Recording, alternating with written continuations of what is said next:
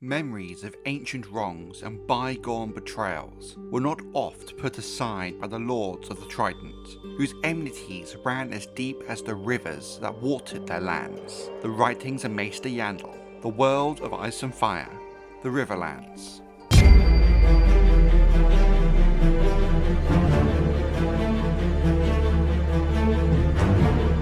The Kingdom of the Riverlands, once known as the Kingdom of the Rivers and the Hills, forms the heart of the Seven Kingdoms of Westeros. This central realm encompasses the fertile and well-populated lands surrounding the three forks of the huge River Trident, the lifeblood of the Riverlands, as well as the upper waters of the Blackwater Rush and the huge freshwater lake, the God's Eye. Historically, the Riverlands have been a very fractured land, made up of dozens of small petty kingdoms, until one would inevitably rise to power before their inevitable fall. Thus, there have been hundreds of river kings, from many houses over thousands of years, from the first men to the Andals. At the time of Aegon's conquest, the Riverlands were joined with the Iron Islands under the rule of House Hall and the feared King Harren the Black, the king of the isles and rivers. Owing to their central location and an absence of strong natural borders, the Riverlands has long served as a battleground for rival kings and lords, not just from within the Riverlands borders, but from the Westerlands, the Vale, the Stormlands and the Reach, who would often find themselves shedding blood beside the waters of the Trident.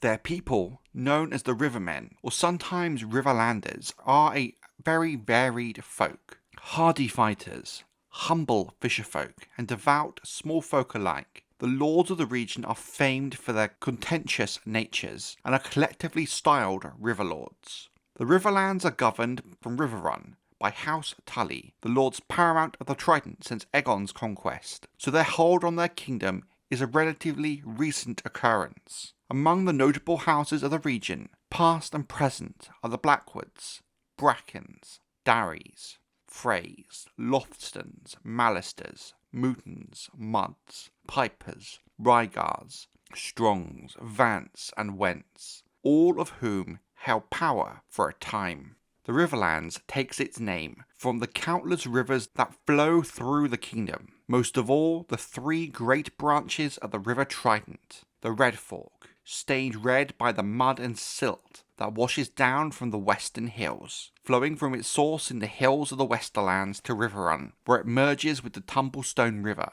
then runs east. The Green Fork, whose moss-tinged waters flow forth from the swamps of the Neck, with the King's Road laying beside it, and the Blue Fork, so called for the clear, bright currents fed by mountain springs, flowing southeast, and it's believed that its source lies somewhere near Seagard.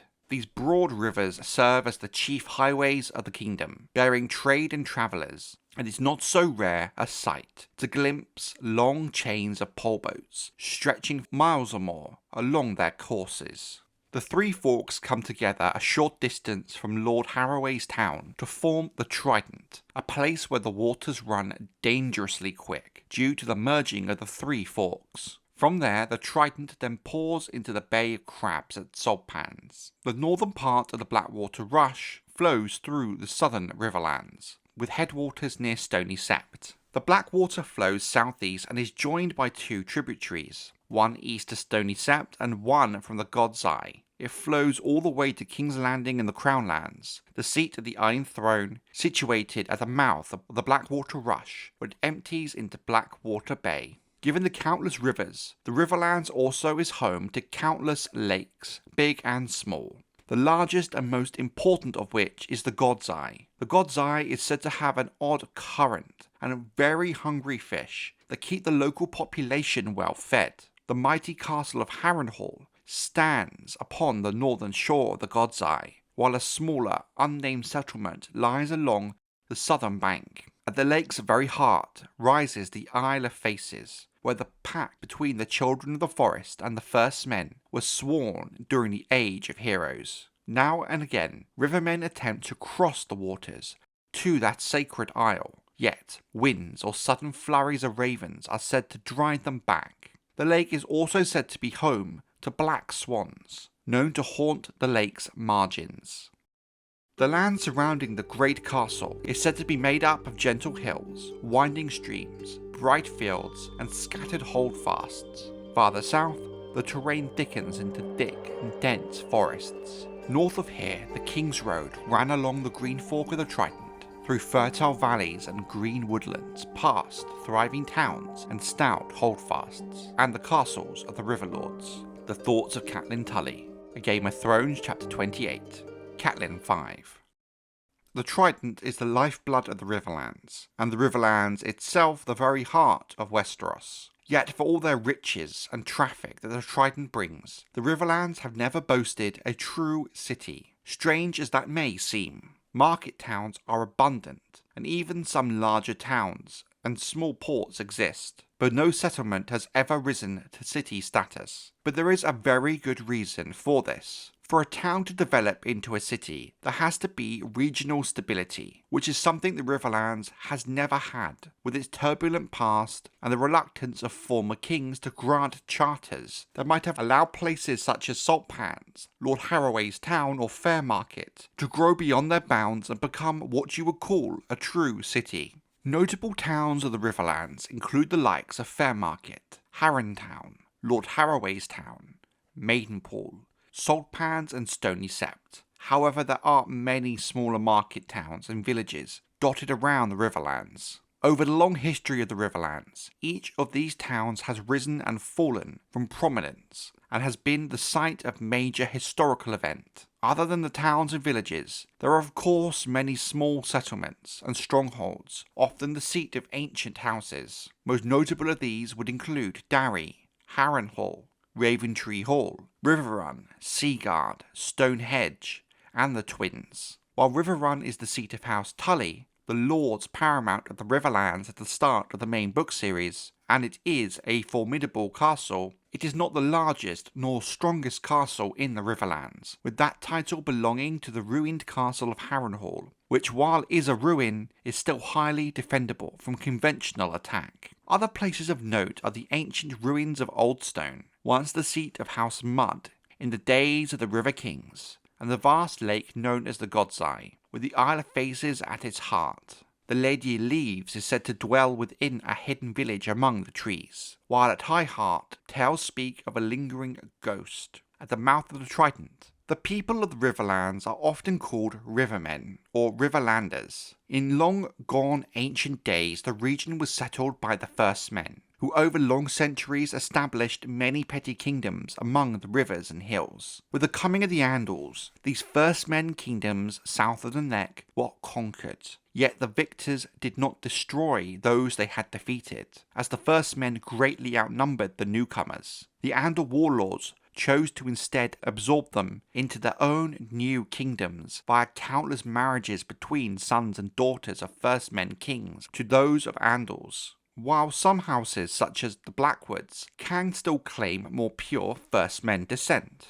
many of the houses of the Riverlands still do have first men blood, even if they are now mostly Andal genetically and culturally. In more recent centuries, following the Targaryen Civil War, the Dance of the Dragons, many Northerners who made up Cregan Stark's Winter Wolves settled the Riverlands. The Winter Wolves were mostly old men and third and fourth sons who left home wishing to die in the glory of battle to abate the strain on their families once winter came.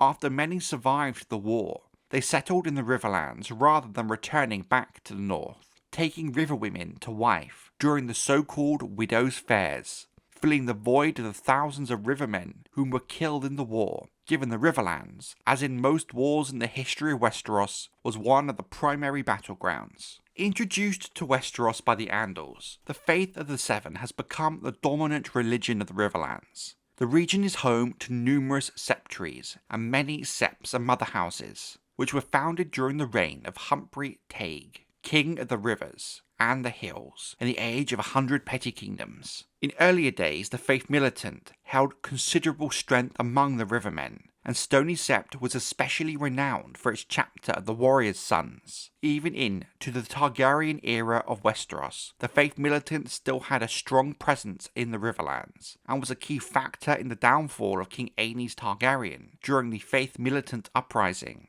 but at the same time facilitating the rise of Maegor the Cruel, who would solidify his hold on the Iron Throne by wiping out most of the militant arm of the faith.